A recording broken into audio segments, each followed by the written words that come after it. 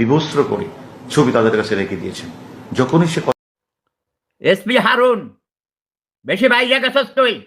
খানকির ফোড়া তোর মোটা দিয়ে তোরে আমি ঢুকাই দেবো। তুই আমার সিনাস ব্যাচার ফোড়া। এসপির গোষ্ঠীর চুদি আমি তোর নুনুর গোড়া কেটে দিব। এই পরিমণির সুদ্ধে কারা গেছে? তোরা সুদ্ধে কারা গেছস? বেটারা যাস নাই? সচিব, মন্ত্রী, জেনারেল, আইজি, ফাইজি, খাইজি, তোরা তা করে সুদ্ধে গেছিস, তাই না? তারপর সোদার পরে কাজ ফাঁক অ্যান্ড ফারগেট সোদার পরে আবার ব্যবসা মাকি বলে গালি দেস। লজ্জা করে না? এই তোর মা তো ব্যবসা মাকি ছিল, তোর বাপে সোদে নাই তোর মারে?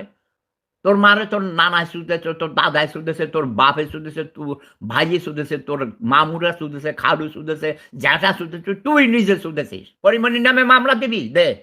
আমি সেবাতুল্লাহ সেবুদা পরিমণির উকিলের টাকা দেব, উকিল পাঠাবো আমি অস্ট্রিয়া থেকে, আমার লয়ার পাঠাবো, বিশ্বের সেরা ক্রিমিনাল লয়ার, জানাস? ব্যবসার ফলারা কথাকার খানকির ফলারা।